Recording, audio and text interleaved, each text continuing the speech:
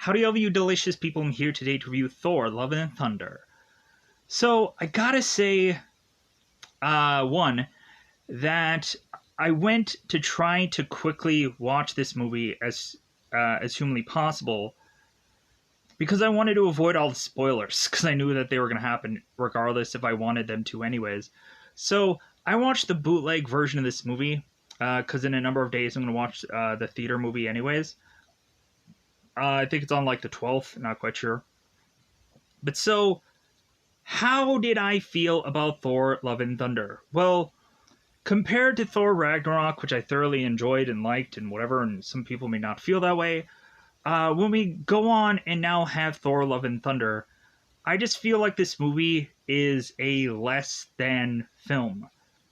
To go on and really just have a lot of moments in this movie where there is like filler in a film, just kind of is to be very head scratching to me. Just like, why do I need to know the whole history of Thor? Why do I need to know the whole history of the relationship between Thor and Jane Foster? Why did I need to know what is going on, every bit of it, with the new Asgard? Why? Why did I need to know all of this stuff? It feels like a waste. But then not only that, it just feels like there were so many moments also in this movie where they were stretching. Man, the beginning felt really good, but then the further and further you go into this film, you realize how thin the movie really is. So, I had fun with this movie, but I also just felt disappointed. And so, with that said, I would have to give Thor Love and Thunder. I would just feel that it's either okay or good. It's just kind of very like mixed, a mixed kind of like, it's still positive because I still enjoy these movies, but like I didn't like this movie as much as probably any of the other Thors, any of the other ones. So if there was a worse grading on any of the Thor movies, then this would have to be worse than any of them. The best thing about this movie has to be Natalie Portman's the Mighty Thor, because that seems to be the only new, fresh thing to play with, because it just feels like they don't know how to write Thor anymore. It just feels that there isn't like enough to go on for this character. It just feels that way. So with that said, let's go into the tee-up version of this movie, what technically happens, as me trying to restrain as much as humanly possible from getting into spoilers. So, giving you like the trailer kind of version of the tee-up version. So, for this film, we have Gorr, who is on his unnamed planet. And when Gorr is to go on and all of a sudden have this interaction between him and his god, Gorr then decides to take up a weapon that I will get into more specifics about in spoilers, and is to decide to go on and wipe out all gods and champions. And so we all of a sudden have Thor, who has to get a whole history being done of him. I'm just so ticked off about that. But then Thor has to go on and go into this mission with the Guardians of the Galaxy to save these people, to then turn around and realize that there is a number of missions that both Thor and the Guardians of the Galaxy have to go on and continue to help people. And Thor ends up bumping into a certain character that is to tell him that Gorr is going after New Asgard, and so Thor is to have to go on to defend New Asgard, to eventually meet some people along the way, And then with that, they realize how they are not exactly equally matched to Gore, and so now they have to go on and to meet up with the uh, omnipotencies, the kind of Zeus, Hercules kind of characters, and so Thor, of course, is to go on and meet with them, and once he meets with them, nothing really nothing really all that well happens. Thor really just gets a consolation prize for his old trouble of him going there. And then Thor then turns around and then is like, well, we're really just right back to where we are. So Thor then goes on with a group of girls, group of ladies, to then try to fight off Gore. But it seems that again, after that, Thor just has to fight Gore by himself. And then when Thor is to finally go on and fight Gore by himself, he realizes, oh, well, I can't do this alone. And so... But it seems that what Gore was going to try to accomplish, he is to get to do anyways. And the one thing that he, of course, is to want eventually is to be something that seems similar to the title of this movie. So, with that said, we go into this movie and that's kind of it. There isn't these big events. There isn't this like massive surprise, but I think a lot of people will be like, oh my god, this is really cool. I get it. I really liked the Mighty Thor in this movie. I really liked Jane Foster. Like, she was so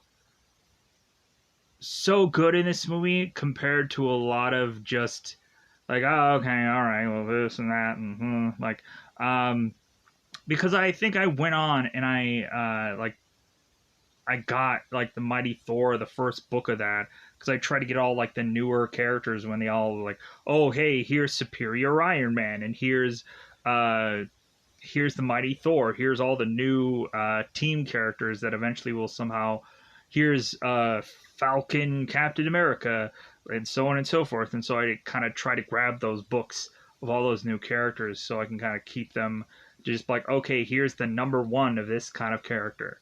So with that said, let's go into that double five time territory, because I've talked for far too long about how I just kind of was like meh about this movie. So let's get into hopefully more spoilers, and I will go on and talk about this movie in a little bit more in depth, hopefully, because there was a lot of stuff happening in this film, and also I could not research a lot of stuff about this film because it really released recently. So like, there are certain realms that I'm like, okay, is this another realm? Is this another planet? What is this? But I couldn't tell what it was. Because really I didn't know what the difference is between certain things. And so I was just like, okay, wherever this cool place looks like, I'll eventually learn all about it somewhere in months down the road, but like, I can't do that today. So with that said, let's go into that double five time territory. Where can you go to watch the bootleg version of this movie? Well, you can go on to See Movies app. You can go into that app, hopefully download it. Find out that you need to go on and download the Yes Movies app. Well, it'll take you to that. And then be able to watch Thor, Love and Thunder when eventually the bootleg version comes available. Because you might not want to go on and completely 100% watch the theater movie because of what I just said. You can also go on to Fox HD Movies and also watch the bootleg version of this movie. And so, regardless what I say next, this may help or hinder you find this app. But there's a title of this app called Play 1080p HD Movies. Check that out with Fox HD Movies. And then the third one, there's a Google Play Store that has this app called 123 Movies. So you can go on and check that out. It's basically the same version as this TV Crush app that I'm going to mention to you. Because you can Google search the words TV Crush and be able to find a app that says HD Movies 123 Movies and be able to download a app with a logo that has HD Movies with a king crown off the side. Yeah, go into all that stuff, do whatever you want, but let's just go into that double five timed territory and let's just go into, of course, spoiler time. It's about that time to get spoiled this movie. So in the very beginning of the film, I watched the bootleg version. I'm not quite sure if there was any little cutoff or something that I missed. But, so in the very beginning of this movie, we have Gore, who is walking around with his daughter, Love. I guess in the comic books, Gore had a son, and so I guess they're already retconning things in this film. But wait, there's more retconning. So, Gore starts to be in this desert environment upon his planet, and it seems that both Gore and both Love, eventually Love collapses. And so Gore now mourning the loss of his daughter, but I'm sure he has no tears because he's so dehydrated. Gore continues to just walk on this planet. Really exciting for the beginning of this film. So Gore then goes on and is to find this forest-like environment for him to splash into this water, and then he is to go on and notice a bunch of fruit nearby, and so Gore just starts scarfing this food down, and we have Rupa, who is to be Gore's god, kind of insulted by the fact that Gore is just chowing down on this guy's fruit.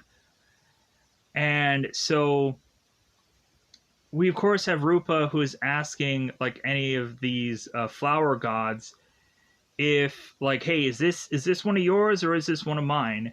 And so Gore is to mention like, oh my god, Rupa, like I pray to you, I worship you, I'm more than willing to go on and sacrifice myself to you.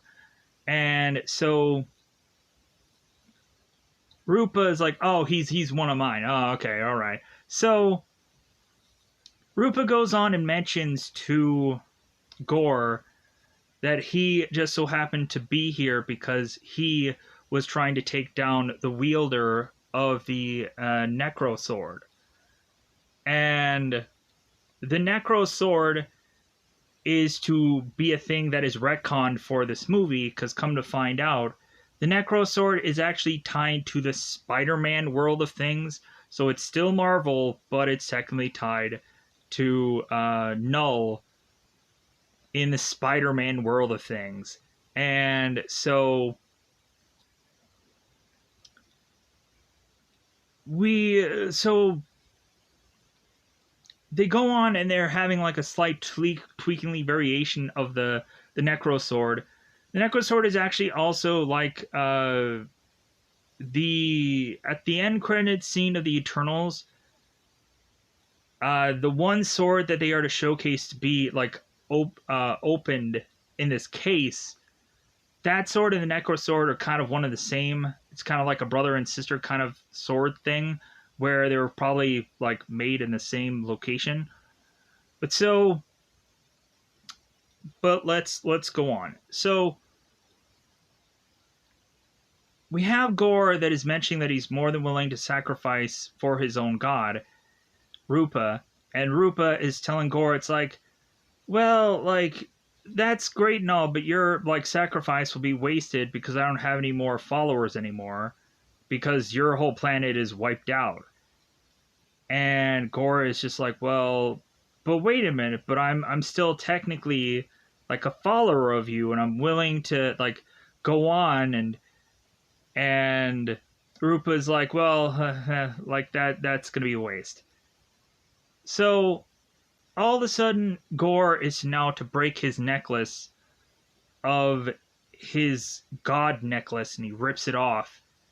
And so Rupa is to take an insult to that, and so he grabs Gore by the neck. And so now, with Gore being so frustrated, needing to save his own life, Gore is to be possessed by the Necro Sword, and Gore ends up stabbing into Rupa, killing him off. So after that, Gore is to be on the rampage, deciding that he's going to go on and wipe out every single god in existence. So now we have to go on and do a number of freaking transitions here, and I'm going to try to keep everything kind of the way I want it to. So we now have Korg, who is, of course, telling the story of Thor. The whole history of Thor. I'm not going to go into it, because why was even the point of this movie going into this the history of Thor? It makes no sense. So the more key important parts of this is we have like young Frigga, who is going into war with baby Thor kind of like on her, and so she's going into battle with this young baby Thor, and I thought that was kind of funny. But other than that, they also showcased that Thor had gone on to be in love with a number of different women, wolf women, pirate women, alien women, so on and so forth. So Thor then is to have at some point fell in love with Jane, and somehow or another, in a letter later, Thor was to, of course, be on his own to eventually heavily work out to wear a hat that says strongest Avenger, or yeah, stronger or strong Avengers. So Thor is working out, getting in shape to eventually wait for the next time he is going to be having to hear that, Thor, we need you for another mission. We need your help. So all of a sudden, Star-Lord arrives to tell Thor that they are going to need his help on another mission. So Thor then is to go on be wearing this this certain kind of like toga kind of or some kind of robe of sorts, or some kind of cloak of sorts. And so he all of a sudden is to take Stormbreaker, who is to oddly be somehow rooted into the ground, rip it out of the ground, and is to all of a sudden ride Stormbreaker as he would some witch's broom to go off to help these people. So we have Thor that goes on and is trying to help out King Yukon. And so evidently King Yukon is to mention to Thor that their gods are not listening to their prayers, so the king had to go on and seek out Thor for help. So this is where both the Guardians and Thor are to go on and be in this massive battle where they're blasting and firing away. So Thor then is to go on and get ready for this thing that he's probably said a number of times in every single battle.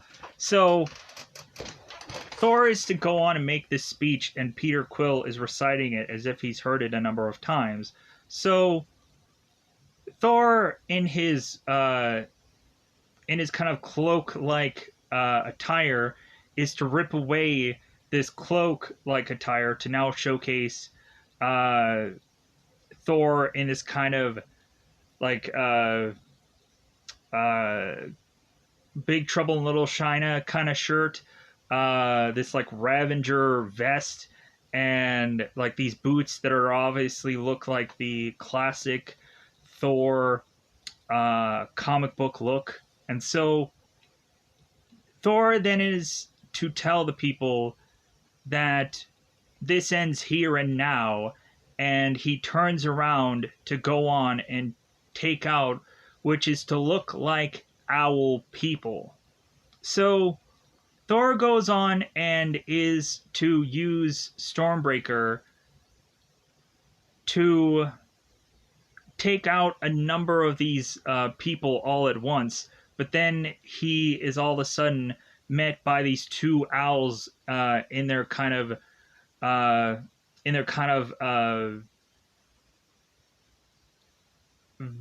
vehicles that they're in, almost wanting to smash into Thor. Thor then does the splits and is to then go on and take both of these owl people down. So after Thor is to easily wipe all of these characters out without really doing much work, in all honesty. After that, after King Yukon is like, oh my god, Thor, you saved us. I'm going to give you a consolation prize, because we're going to be doing that a lot in this movie. And so Thor, of course, to look at the consolation prize of which that he is given, and it is to be these massive looking goats that ended up screaming consistently. So we have Thor that is going on to be like, oh my god, like, these are massive goats. What a great gift that you are to give us. So honestly, this thing of goats that Thor is to get kind of reminds me of the one Avengers movie where Thor is to ask Coulson if they were to have ever have gotten like Bildschnein, which are these kind of animals that are kind of very like have very big horns. They smash into one another and so on and so forth. And I was thinking that like, oh, is that Bildschnein? Is that the thing that Thor referenced in the Avengers movie? So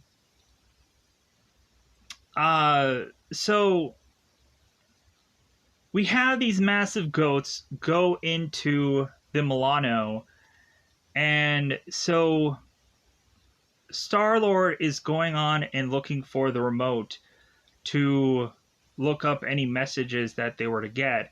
So Star-Lord is asking around for the remote and they can't find it. Drax is trying to wrestle with these massive goats and he loves them. They're all talking about how like the goats are screaming and they're too annoying. Gamora is not with the Guardians of the Galaxy because we have to assume that she is still dead. So that's a thing. Gamora's not here, sadly enough. So we then go on to have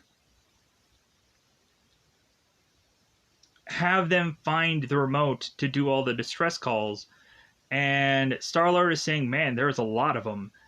And all of a sudden, we have Thor that is to realize that there is one specific distress call that he needs to answer because, of course, it's Lady Sith.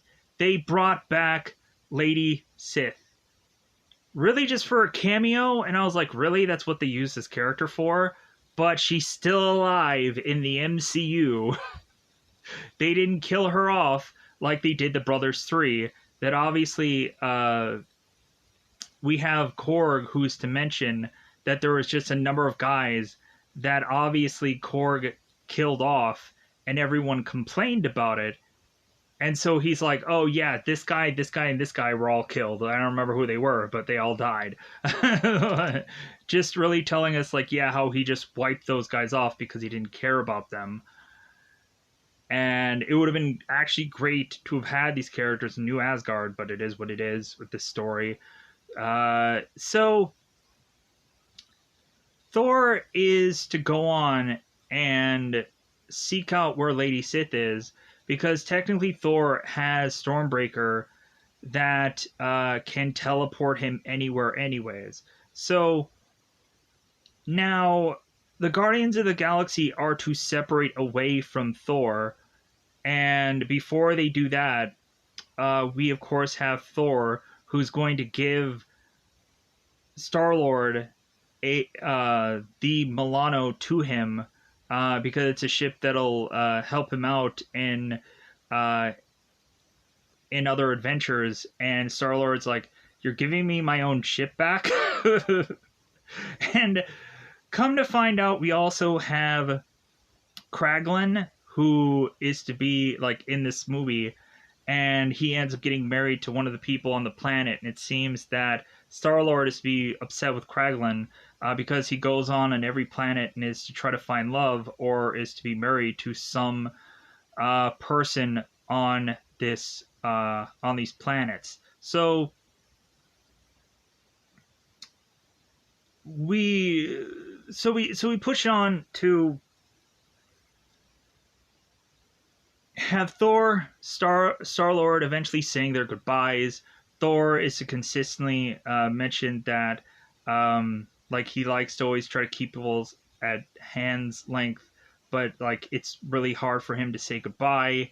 And so Star Lord is to go on and mention, and it's like, well, hey, like if you ever need like people, it's like you just need to kind of look at the ones that you love. And Star Lord is looking at every member of the Guardians of the Galaxy, and Thor is desperately trying to. It's like, hey, you should be looking into my eyes, and like, and so Thor leaves away from Star Lord and is to then go on his mission. So Thor meets up with Lady Sith a little bit too late, because most of the gods that Sith was with, they are dead, and Gore had left Lady Sith for dead by cutting off her arm. So when Thor meets up with Lady Sith, Sith is mentioning that, like, hey, like Thor, I'm going to die in battle and go to Valhalla. And Thor is telling Lady Sith, it's like, well, here's the thing, like, for you to actually die in battle, the battle still needs to have gone on by now. So, like, you're gonna be fine. We're just gonna like take you back to New Asgard because that's where we're gonna have to go anyways. Because Sith told Thor that Gore is now going to take the fight to New Asgard. So Thor is to make his way to New Asgard, and so now we have to cover some other things. So let's cover that. So, first, let's go on and cover what is to happen to Jane right now. So, Jane, of course, is to go on and be talking to this kid while he's reading the Foster's Theory book. And so Jane is looking at this kid and she's like, hey, I wrote that book. And he's like, really? And she's like, yeah. Like, and so Jane's like, well, hey, how are you liking the Einstein-Rosen bridge? And the kid's like, yeah, it's a little hard to understand. And Jane Foster's like, well, have you ever seen Event Horizon? Have you ever seen Interstellar? And immediately in my brain, I'm just like, yeah, like, I would have immediately thought of that when eventually we would have to go on and like explain that kind of thing. And so Jane then goes on and is to poke this hole into this one side of the paper, and then is to poke another hole into the same paper and have it be just connected together. And she's like, that's the Einstein-Rosen bridge. And the kid's like, you just ruined your own book. And she's like, but I wanted to explain the Einstein-Rosen bridge. And so the kid's like, oh, okay, all right. So the kid should have said, like, well, hey, are you going to autograph this book so you can revalue the book? Because you just ruined it. But he doesn't say it. So come to find out, Jane is in this hospital getting chemotherapy. Because come to find out, she's in stage 4 chemo. And, like, or in stage 4 cancer, and so she needs chemotherapy. So we all of a sudden have Darcy show up, and she's not in this movie for very long because everything just has to be a cameo. So, so we have Jane with Darcy, and so Jane is getting very antsy being in here getting chemo treatment, and Darcy is telling Jane, it's like, you know what, maybe you getting sick like this is telling you that maybe you need to slow down, because Jane is already just kind of batting at her IV to get it to go quicker because she has other things to do. She has so many things that she has to try to figure out and experiment on. And Darcy is to also say, it's like, well, hey, like, maybe there's no way for you to go on and get help here, but maybe there's a way for you to go on and find a certain space pirate, and maybe he can help you. Because really, we just continue to call Thor or any Asgardians, we just call them space pirates for this film. Because weirdly, we just have to dub them to have that title now. Because they went into space, so now they're space pirates. So, hence why we did Ragnarok. That was the only reason why we did it. So, we have Jane that is to make her way to New Asgard, and as she is going on and seeing the sights there, because man, have just improved New Asgard. Just wait till I get to all the King Valkyrie stuff. Jane then is to go on and see this this exhibit that is to hold Mjolnir and its crushed pieces, and Jane is to look at Mjolnir as it is to start to reassemble, as Jane is to be there. So now, let's talk about New Asgard. So, we have, of course, Thor, who is to hand over the reins to Valkyrie, and she is to become King Valkyrie. And so now, King Valkyrie is to go on and put so many new, interesting stores into Asgard, or New Asgard, like Infinity Cones, and she's to have to do Old Spice commercials, and she's to have to go on and live up to be the king of the New Asgard. So she goes on and does all of that, and so Thor makes his way back to New Asgard, as it seems we have some shadow monsters going on and attacking New Asgard. So, really, I don't know what real title that these things are to really have. They're just, like, even Thor just calls them shadow monsters, so I'm assuming that's what they're just called. So, Thor is going on and fighting off all these shadow monsters, and is to meet up with King Valkyrie, who is trying to defend her kingdom. And so it seems all of a sudden we then have Mjolnir that comes into the battle, and Thor is like, hey, like, what, like, Mjolnir? Huh? And Thor is also asking about the new guy that's in Asgard, because Valkyrie's like, hey, and we got somebody to help us out, and Thor's like, well, who? What guy? And Valkyrie's like, well, you're gonna like this guy.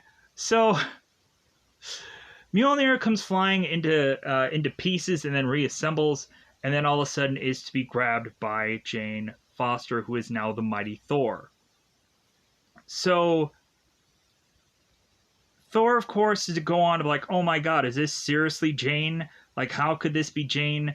Like, take off your helmet, you stranger. And so when Jane takes off her helmet and Thor realizes that it is Jane, he's like, oh my god. So now we have to go on and tell the whole history of Thor and Jane being in a relationship together and how it eventually soured over time. Because we go on and have them at a Halloween party while Thor is dressed up as a hot dog, and he, of course, goes on to tell Mjolnir to always protect Jane Foster, and Mjolnir remembers that. So we have the whole history of Jane and Thor, and eventually what ends up happening is the relationship ends up uh, fizzling simply because Thor is to always go on and need Nick Fury to uh, go on and have Thor do something, and then Jane all of a sudden gets very busy with her science stuff, and then they all of a sudden are starting to bicker about how many plates are on a table, a whole two that Thor has to go on and clean up after Jane is to leave because science stuff. So Jane and Thor just start to fizzle out to the point of Jane going on and writing Thor a note and leaving him. And so Thor reads this note and is to feel horrible because Jane couldn't actually tell him this. And so they then break up. So Thor and Jane are to try to go on and say that it was a mutual breakup, but Thor tells Jane, it's like, no, you broke up with me. And Jane was like, well, like, you were never there. Like, so it was a mutual dumping. Kind of like Thor says in Ragnarok. So Thor and Mighty Thor are battling it out. And so it seems that Jane doesn't really have much of any catchphrases. And so eventually Jane and Thor are exchanging, like, oh, I don't know, like, what my catchphrase can really be yet. I don't know what a... And it's just like, yeah, going on with the experienced and less experienced. So it's like, oh, okay, well, hey, yeah, like, maybe you should say this, or maybe you should do that. So we go on, and Gore ends up taking a bunch of the Asgardian children, and is to especially take Heimdall's son named Axel. And so once Gore goes on and takes all of these kids, and Thor is to promise to all the Asgardians that he's going to bring them back. When Thor is to find out Axel is on this shadow realm, Thor then is to try to help Heimdall's son figure out how to use this sight power so Thor can be with them technically in a like ghost kind of manner, because Thor even shows that he can't go on and touch them. So he's not really there, but he's going to try to somehow like figure out where they are and help them. So Thor then tries to leave, but then quickly comes back. And then we have the mighty Thor that is to try to leave, and then she jumps the gun. So we then have to have them now figure out that they need backup to help them go up against Thor. And so now they go and find the omnipotencies, the Zeuses, the Hercules, all of these gods, all in one place, all in one convenient location, right? So Thor, to go on to this location, is going to need Stormbreaker, but Stormbreaker is not quite good enough. And so instead, they go on and take this boat called I think it's the Aegir, the Aegir, the Aegir boat, and they adjust it to where all these characters can go on and ride this boat with the goats kind of pulling it as if this is a weird Santa sled ride, bizarrely. We also had the moment in this movie where if we weren't to have all these plays and all these other Thor movies, in this one, they do the same thing. So, come to find out, they're basically replaying the theater moment, or they're replaying Thor Ragnarok. The moment, of course, where both Thor and Loki are together with Odin, and Odin is about to die, and so he does, and he dies gold. As we'll find out, a lot of gods are to die and leave gold flakes behind, as if they're weirdly just telling you how powerful they are by them bleeding gold. So we all of a sudden have the theater version of Hela that is to pop out and start attacking Thor and Loki.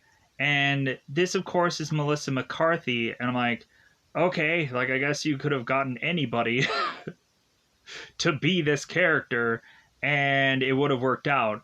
So the only thing that is to be on this play is for this kind of Mjolnir to kind of be floating towards Hela, and she breaks the hammer, and then Thor and Loki are to yell for the Bifrost, and then like that's all they show. And I was like, okay, like they could have figured out a better way to kind of wrap up this movie, or wrap up the Ragnarok movie. But I guess like that was kind of a weird, goofy scene to use. But I guess that's just me. They could have probably used like when like towards the end of the movie where they were all like battling and whatever. They could have used that instead of that scene. That seems just kind of very odd. But anyways, so I just wanted to get that out there, so that's covered. So we have the guys leaving off to go to the Omnipotencies. So we have them going on and seeing a number of different gods, Dionysus, and so on and so forth. There's just a number of just random god things that just kind of pop up here. And I'm not going to be able to say all of them and whoever they all are at some points. So more than likely, there's probably going to be something that we didn't realize was to actually be in this film that is possibly going to be tied into the later parts of this movies, with the exclusion of an end credit scene. So we have Thor, who goes with Jane and with King Valkyrie on this journey. And so it seems that Thor is talking to Stormbreaker and is trying to tell Stormbreaker, it's like, well, hey, yeah, I have my ex hammer here, but like you're the one that I love. And Thor just pours beer over Stormbreaker. And so Thor is to go on and talk to Jane, and Jane reveals that she has cancer to Thor, and that's the reason why she went on and took on Mjolnir. And so Thor, of course, doesn't really realize how bad it is that Jane is to have cancer and also be Thor, so he's not quite grasping everything until it actually has to be explained to him. So when eventually later on in this movie. So Thor is to say that he's in love with Jane, and we don't go another different route that it seems the comic books go with Valkyrie and Jane ending up together, which I think that's the way of which the comics book go and do. So we have Thor that eventually goes on to meet with Zeus and his Zeusettes, whatever goofy thing that they have in the IMDb. So all of a sudden, Thor had talked to Jane about her catchphrases, and now they're there. And Zeus is kind of talking about how like this place is to be set up, how Zeus is, and like how he goes on and does this whole like dog and pony show with his thunderbolt. So all of a sudden, Thor is talking far too much, and so Zeus is to pull him in to the middle of this room to then have a much more closer conversation with him because Zeus can't quite hear Thor. So Thor is to finally explain to Zeus how Thor is a great threat and they need to go on and kind of bring up an alliance of a number of gods to try and take down Gore. Zeus, of course, wants nothing to do with this battle, and so Zeus goes on instead and is to blow off Thor's clothes because he wants to know who Thor really is, and come to find out there's nothing underneath this cloak besides Thor's bare skin, and so we see Thor's butt for a good long while in this movie for some goofy reason, because to try to appeal to a certain other audience. So we then have Zeus, who is to ask who were the people that Thor was with, and maybe he needs to go on and undisguise them also, because all the cloaks that they're wearing are somehow some kind of disguise. And so all of a sudden, we have Valkyrie, Jane, and we have Korg, who all take their cloaks off, and all of their outfits are on underneath. So Zeus is to play around with this thunderbolt, and he is to not want to at all go on to help Thor. So what they end up doing is Thor just goes on and is to take Zeus's lightning bolt from him and is to stab into Zeus with his own thunderbolt, and is to then have them run out of this place to eventually go on and just keep this thunderbolt with them to supposedly help them out. So they just get a consolation prize. They don't get any other extra added characters into here. Only to just give us an end credit scene where Zeus is going on and moaning and groaning about how these people are to have treated him. And so now he's going to go on and have his son Hercules go after Thor in possibly the next movie, which I can't believe they would probably have that character be in an entire movie. This is probably going to be like something that they open up the next Thor movie with, because I honestly can't see Hercules as a real threat here. This end credit scene was a joke, right? Because they must be really running out of things to do for Thor for these stories, obviously. And they did nothing with Loki also. I thought that was stupid. Like, here's where they could have gone on and done something interesting. To just kind of say, like, hey, like, Loki's still involved in what's going on here, but I'm sure they want to also just leave it vague, or just kind of leave it to just say, like, oh, we're going to do a Loki season 2, so we're just going to leave just Tom Hiddleston by himself. So now we are to just go on, and since they could not get a single god to help them, we're forcibly just going to go on and have all these characters go to the Shadow Realm anyways. So when Jane, Thor, Valkyrie make their way to the Shadow Realm, Thor, of course, is reminding everybody to keep Gore alive because they need to figure out where the kids are, as this boat and these goats just smash right into the Shadow Realm planet thing, which I thought was funny. So,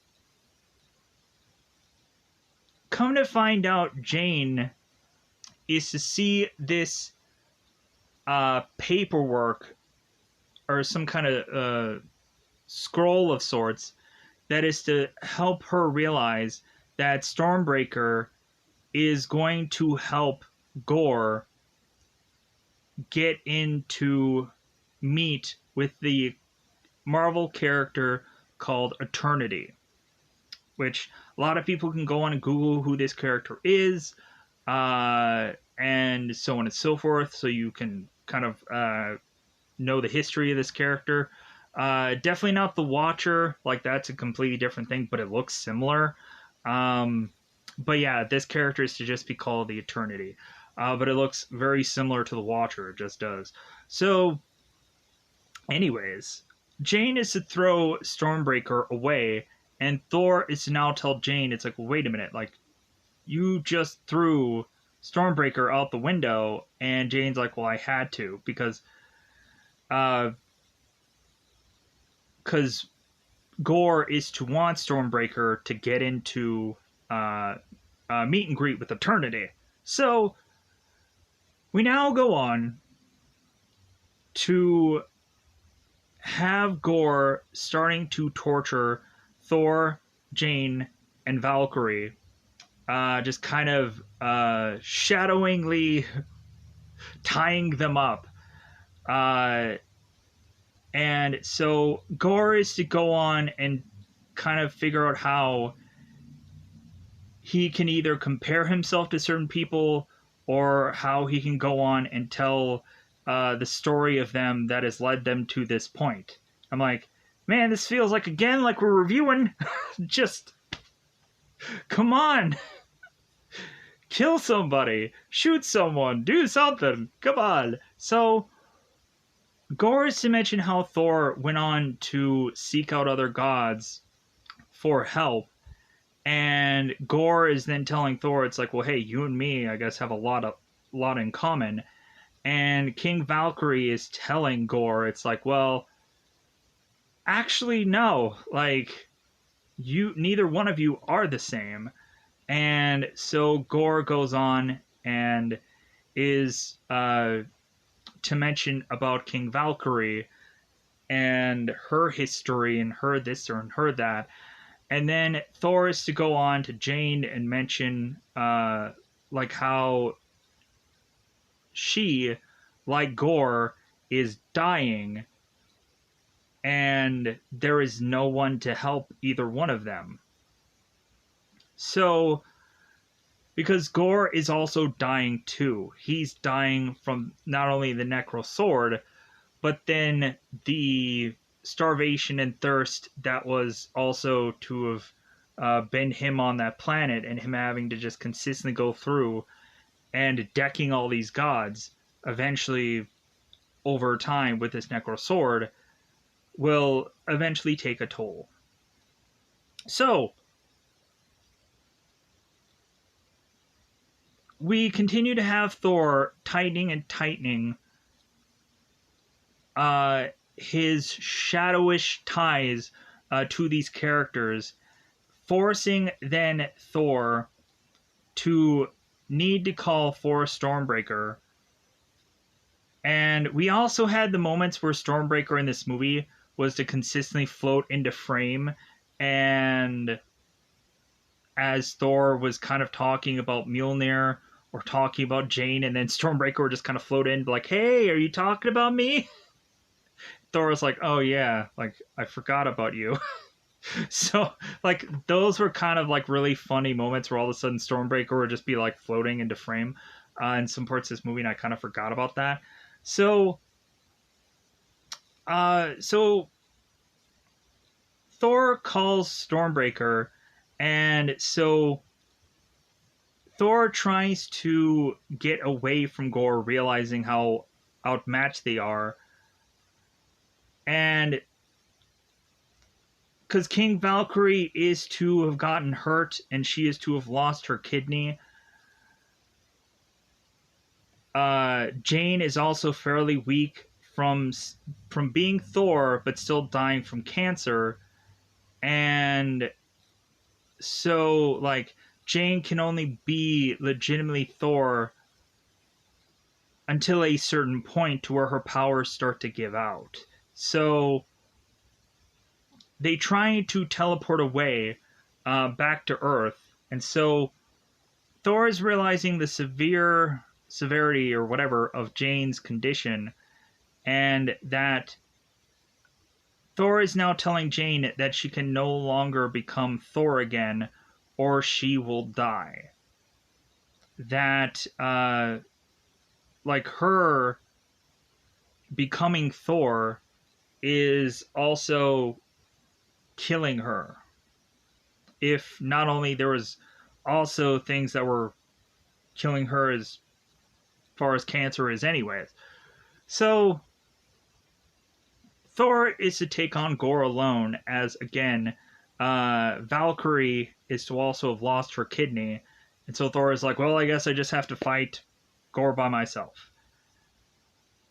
So Gore goes on to the Shadow Realm to try to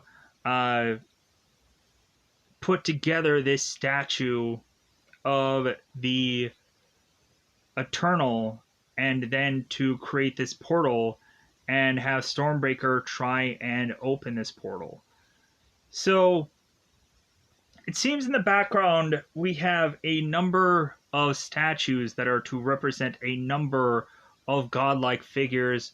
Possibly in some backgrounds we have Galactus, or we have just a number of kind of Easter eggs in here that I'm sure a lot of people would just rattle off because they know every bit of every single Marvel character that is to just kind of be these kind of random god-like characters. So Thor is to still not really know where the kids are, and so hence why they tried to leave Gore alive. So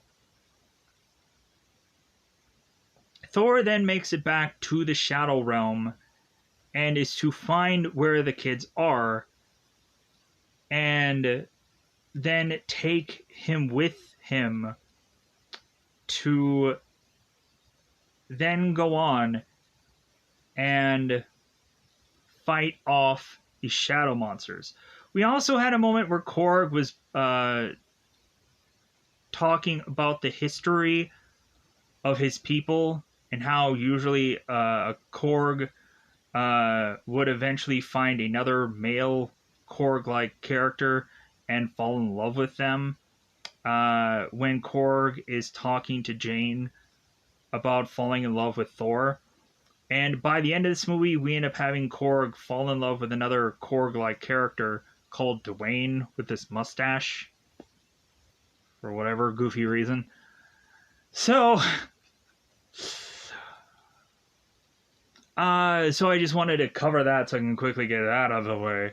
So Thor is to go on, and with these kids, he is to realize that since he has no army behind him, that what better way to teach these kids self-defense by training them right here, right now, to battle against this monster.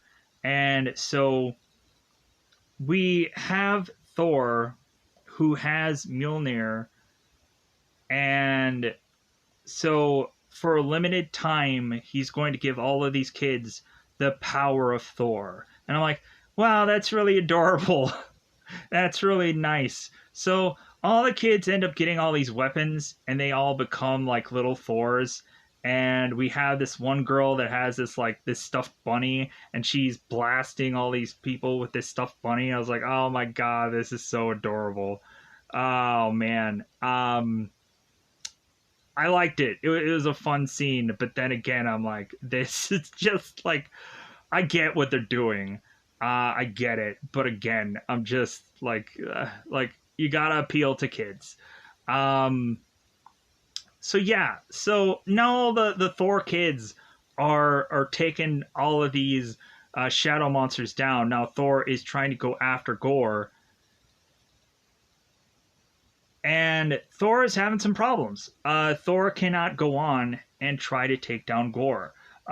Thor is desperately trying to go on and also try to break down Stormbreaker, and he's having problems doing that. So,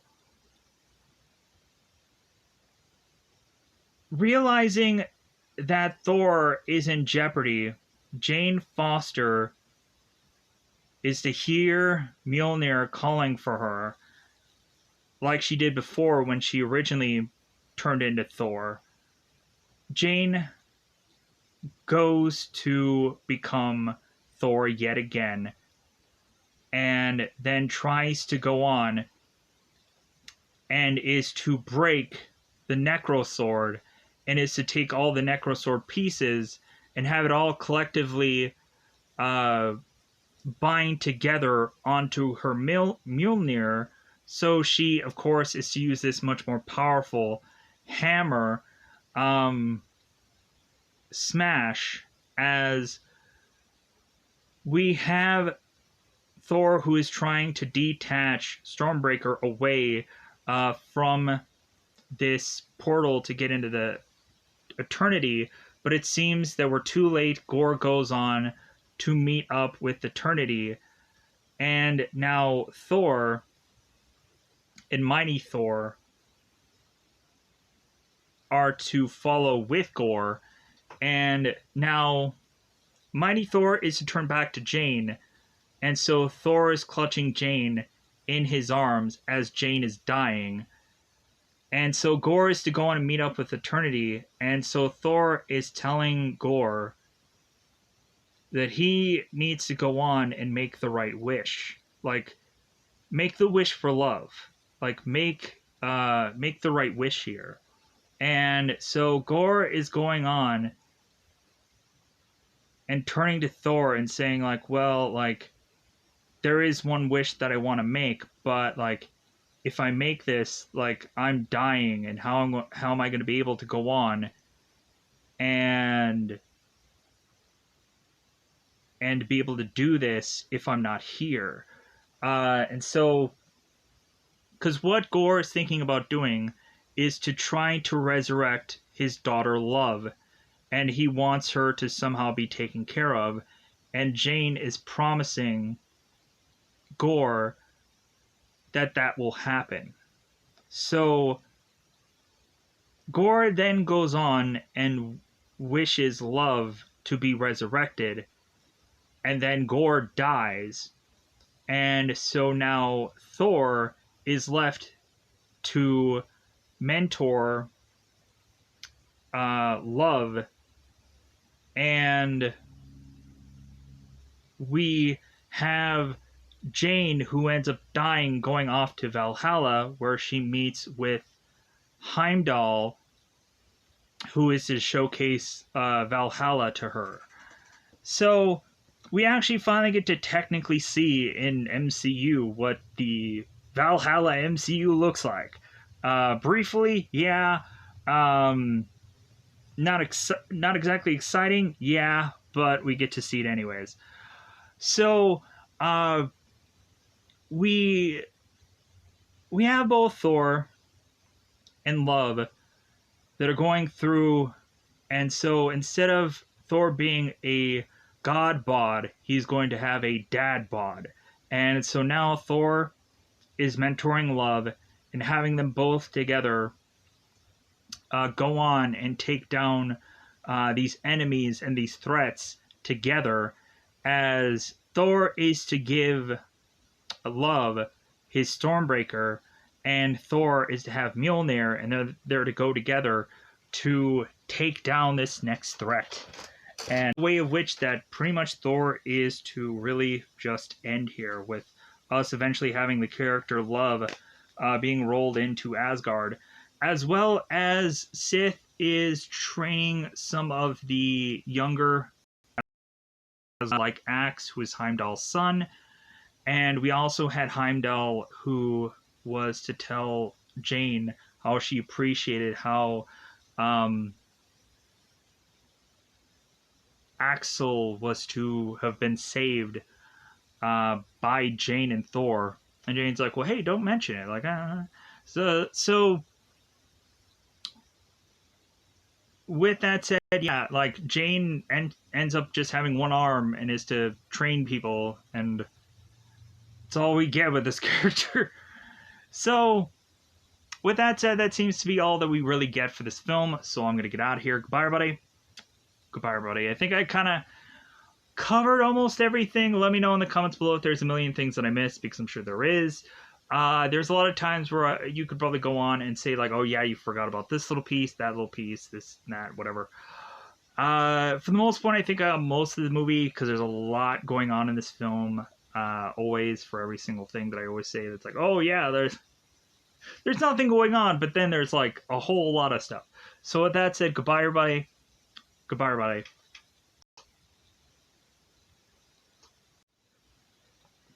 One little rebuttal.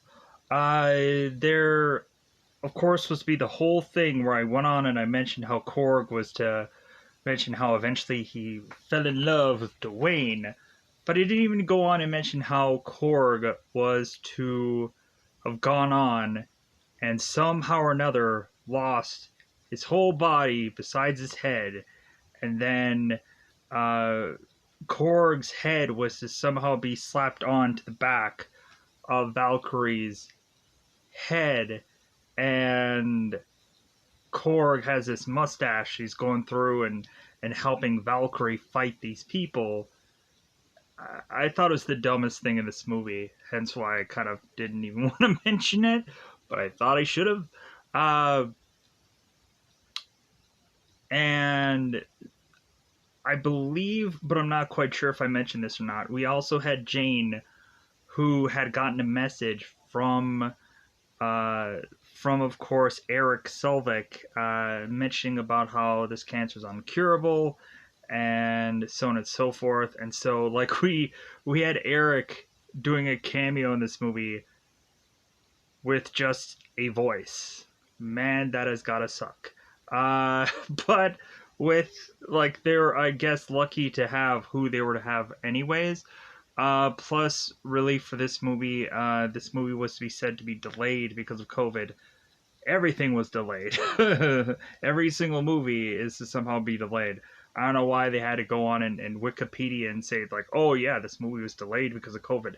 Every movie is going to get more delayed because of COVID either way. So with that said, I'm going to get out of here. Hopefully I covered everything, because I kind of felt like there might have been some unresolved thing that I didn't mention. I think at some points they do reference Thor, of course, taking on Thanos, but other than that, yeah, like, I'm going to go on. I'm just going to get out of here. So, goodbye, everybody. Bye, everybody.